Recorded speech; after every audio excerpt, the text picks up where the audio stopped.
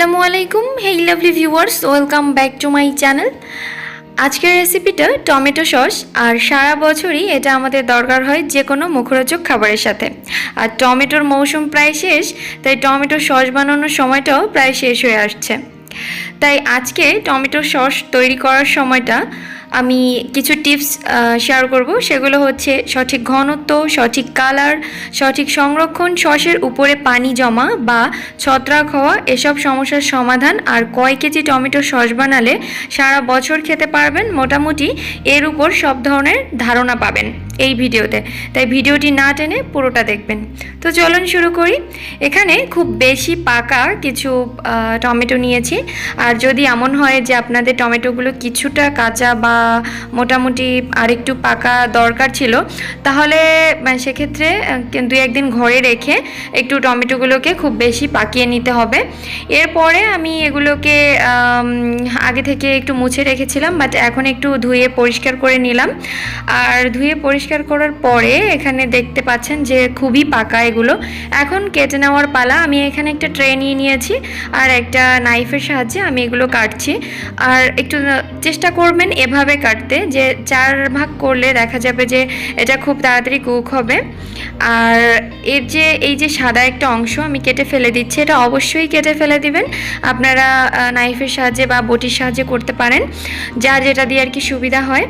এরপরে আমি আরও একটি কেটে দেখিয়ে দিচ্ছি যে এভাবে করে আমি সবগুলো কেটে নিব।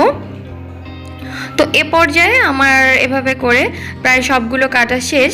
তো আমি আরও একটা কেটে দেখিয়ে দিচ্ছি। আর এখন এগুলোকে আমি অন্য যে এর পরের যে একটা প্রসেস, সেই প্রসেসে চলে যাব। তার আগেই বলে রাখছি, যারা এখনও আমার চ্যানেলটিকে সাবস্ক্রাইব করেননি প্লিজ সাবস্ক্রাইব করবেন, আর যারা করেছেন তাদেরকে অসংখ্য অসংখ্য ধন্যবাদ। আর অবশ্যই আমার ভিডিওর ডেসক্রিপশন বক্সটা সবসময় ফলো করবেন। ওখানে আমি আমার ভিডিওতে কোনো কথা স্কিপ হয়ে গেলে আমি ওখানে লিখে রাখি, আর আমার ফেসবুক গ্রুপ আর পেজের লিঙ্ক দিয়ে রাখি। চলুন পরের প্রসেসে। এখন এখানে আমি একটা প্রেশার কুকার নিয়ে নিয়েছি, আর প্রেশার কুকারের মধ্যে আমি পাকা যে টমেটোগুলো কেটে নিয়েছিলাম সেগুলোকে ওখানে দিয়ে দিচ্ছি। আর দিয়ে আমি এখানে কোনো রকম পানি দিব না, কারণ দেখতেই পাচ্ছেন যে টমেটো থেকেই অলরেডি অনেক পানি ছেড়ে দিয়েছে। দিয়ে দিচ্ছি 2-3টার মতো পেঁয়াজ কুচি, আর হচ্ছে একটু আদা রসুন বাটা, এটা অবশ্যই দিবেন। এরপরে আমি এটাকে সিদ্ধ করে এখন প্রায় রুম টেম্পারেচারে নিয়ে এসেছি। আমি এখান থেকে কোনো পানি ফেলে দিব না বা কোনো খোসাও ফেলে দিব না, জাস্ট এখন ব্লেন্ড করে নিব। আর পেঁয়াজ আর হচ্ছে রসুন আর আদা দিবেন অবশ্যই। আর যদি টমেটো ক্যাচআপ করেন তাহলে এগুলো দেওয়ার কোনো দরকার নেই, আর সব প্রসেস একই থাকবে। এরপর আমি ব্লেন্ড করে নিয়ে এসেছি, জাস্ট 1 মিনিটেরও কম লাগে এর একটা ব্লেন্ড করতে। এরপরে এরকম সাইজের একটা জালি নিয়ে নিয়েছি। জালির ফাঁকাগুলো দেখতে পাচ্ছেন যে খুবই ছিদ্র, একেবারেই ছোট ছোট। তো আমি এখানে কিছুটা ব্যাটার নিয়ে নিয়েছি টমেটোর, আর এরপরে একটা স্প্যাচুলা দিয়ে আস্তে আস্তে করে নেড়ে নেড়ে এই টমেটো পিউরিটাকে বের করে নিতে হবে। অবশ্যই ধৈর্য সহকারে করতে হবে, আর না হয়তো কোনো সুতি কাপড়, পাতলা সুতি কাপড়ে মুড়েও এই কাজটা করতে পারেন। তো দেখতেই পাচ্ছেন যে এটা থেকে অনেকগুলো যে এর আস্ত যে দানাগুলো ছিল, যেমন টমেটো শিটগুলো ছিল, সেগুলো ওই যে বের হয়ে আসছে, আর পিউরিটা নিচে পড়ে গিয়েছে। এরকম একটা জালি বা সুতি কাপড় নিয়ে নেবেন। এরপরে চলে যাব রান্নার প্রসেসে। আর আমি বলেছিলাম যে কতটুকু বানালে, সাধারণত আগে বলে রাখছি যে এখানে আমি একটা গরম প্যান নিয়ে নিয়েছি। প্যানের মধ্যে এটা দিয়ে দিচ্ছি, আর দিয়ে কিছুক্ষণ ফুটে ওঠা পর্যন্ত অপেক্ষা করব। এরপরে অন্য যে একটা প্রসেস আছে সেটা আমি করে রাখছি। এটা হচ্ছে আপনার মেইন একটা প্রসেস। এখানে আমি প্রতি কেজি টমেটোর জন্য আধা টেবিল চামচ, প্রতি কেজি টমেটোর জন্য আধা টেবিল চামচ, মানে এখানে আমি মোট 1.5 টেবিল চামচ কর্নফ্লাওয়ার আর হচ্ছে 1/3 কাপ ভিনেগার নিয়ে নিয়েছি।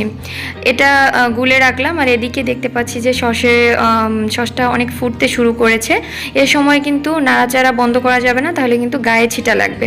আর টমেটোর বিষয়ে যেটা বলছিলাম, টমেটো অবশ্যই যার যতটা দরকার সে ততটা নেবেন, বাট 3 কেজি টমেটোতে সারা বছর খাওয়া যায় এতখানি সস হয়। তো এখন এখানে আমি হাফ কাপ চিনি আর হচ্ছে 3 টেবিল চামচের মতো মরিচের গুঁড়ো অ্যাড করে দিচ্ছি। আর মরিচের গুঁড়োটা আসলে খুব বেশি দেবেন না, আর যদি খুব টকটকে কালার চান তাহলে কিন্তু আপনার লাল কালারের টমেটোটা নিতে হবে মাস্ট, অনেক পাকা যে টমেটো। আর হচ্ছে এখানে কাশ্মীরি যে একটা পাউডার আছে ঝালের আর কি, শুকনা ঝালের, সেটাও নিতে পারেন, বাট আমি কাশ্মীরিটা ব্যবহার করিনি। তো আমি এখানে স্বাদ মতো লবণ দিয়ে দিয়েছিলাম প্রায় 2 টেবিল চামচের মতো, আর চিনি ব্যবহার করেছি হাফ কাপ। তো এরপরে নেড়ে চেড়ে ভালোভাবে মিশিয়ে নিচ্ছি। আর যেটা বলছিলাম হচ্ছে টমেটো যদি মনে করেন যে আপনার বাসায় বেশি চাহিদা ফুল, তাহলে ভাজা পোড়াটা একটু বেশি খান, তাহলে সেখান থেকে 3.5 কেজি বা 4 কেজি টমেটো নিতে পারেন। বাট আমার মনে হয় 3 কেজি টমেটোই এনাফ। তো এরপরে চলে যাচ্ছি এর পরের প্রসেসে। এটা হচ্ছে সেই যে মিশ্রণটা গুলে রেখেছিলাম, বেশ কিছুক্ষণ জাল দেওয়ার পরে সেই মিশ্রণটা, কর্নফ্লাওয়ার আর ভিনেগারের মিশ্রণটা আমি মিশিয়ে দিয়েছি, আর মিশিয়ে নেড়ে চেড়ে নিচ্ছি। আর এখন মনে হচ্ছে আর একটু চিনি দরকার, তাই আমি আরও প্রায় 4 টেবিল চামচ চিনি অ্যাড করেছি। তার মানে হাফ কাপ আর হচ্ছে 4 টেবিল চামচ চিনি অ্যাড করেছি আমি 3 কেজি টমেটো সস বানাতে। এরপরে আমি নেড়ে চেড়ে ভালোভাবে একটু মিশিয়ে নিচ্ছি। আর এটা যেহেতু কর্নফ্লাওয়ার দিয়েছি, খুব তাড়াতাড়ি ঘন হয়ে আসবে। আর এটা সঠিকভাবে হয়েছে কি না এটা বোঝার ক্ষেত্রে এরকম একটা প্লেট নিয়ে নেবেন। আর প্রথমবার দেখতে পাচ্ছিলেন যে আমি প্লেটটা কাত করার সাথে সাথেই খুব তাড়াতাড়ি টমেটো সসটা নিচে নেমে যাচ্ছিল, বাট এখন দেখবেন ফলো করে যে এটা কিন্তু তা না, খুব স্লোলি আস্তে আস্তে করে নিচে নামছে। তার মানে এর ঘনত্বটা একেবারেই পারফেক্ট, একেবারেই ঠিক আছে। তো এবার চলে যাব আমরা এটার প্রসেসে। আর অবশ্যই এটা সম্পূর্ণভাবে ঠান্ডা করে তারপরে ফ্রিজিং করতে হবে। আর বাইরে রাখলে আপনি প্রায় 2 সপ্তাহের মতো রাখতে পারবেন। অবশ্যই কাচের জারে বা কাচের বোতলে রাখবেন। আর নর্মাল ফ্রিজে রাখতে পারলে তো ভালো, সেটা হচ্ছে আপনার প্রায় 6 থেকে 8 মাসের মতো ভালো থাকবে নর্মাল ফ্রিজে। আর বছর জুড়ে মানে 1-1.5 বছর সংরক্ষণের জন্য আপনি এখানে ডিপ ফ্রিজ ব্যবহার করতে হবে। ফ্রিজের ডিপ চেম্বারে রাখলে আপনি 1 বছর সংরক্ষণ করতে পারবেন। তো আজ এ পর্যন্তই, সবাই ভালো থাকবেন আর আমার ডেসক্রিপশন বক্সটা অবশ্যই ফলো করবেন। তো আমার রেসিপিগুলো বাসায় ট্রাই করবেন। কথা হবে অন্য কোনো এপিসোডে। আল্লাহ হাফেজ।